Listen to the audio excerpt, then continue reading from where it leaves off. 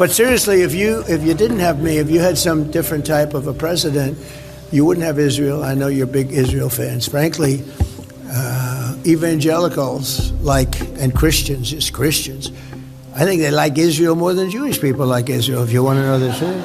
It's really true. I get so many coming up, but I don't know when that started. It did start not thousands of years ago, I can tell you. It started, but the love for Israel is great. You wouldn't have Israel, and you wouldn't have the Middle East either. Hope all of you don't see too far away, because 1917 was a miracle, 1948 was a miracle, 1967 was a miracle, 2017, the declaration of Jerusalem as the capital was a miracle, and there's no reason why the miracle of the reestablishment of the temple on the Temple Mount is not possible.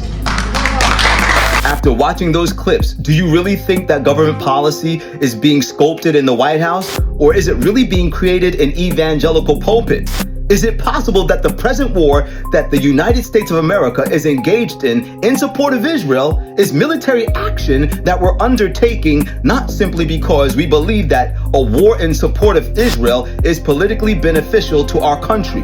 But in reality, the war that we're engaged in support of Israel is the direct result of the influence of powerful Christian nationalists and powerful evangelical thought leaders that believe to engage in a war in support of Israel is not only doctrinally significant, but is also prophetically relevant to them. Ladies and gentlemen, the Bible informs us in Revelation chapter 13, beginning at verse 11, that the United States of America, a power symbolized by a beast coming up out of the earth that has two horns like a lamb, but speaks as a dragon. In verse 12, we're told that this nation will exercise all the powers of the first beast before it.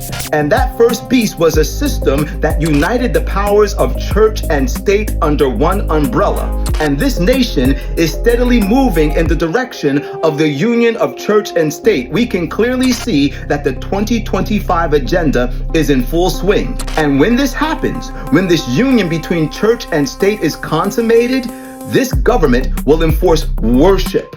The Bible prophesies of it. And as we see these things coming to pass, Jesus tells us, look up and lift up your heads, because your redemption draweth nigh. The crisis is on the horizon.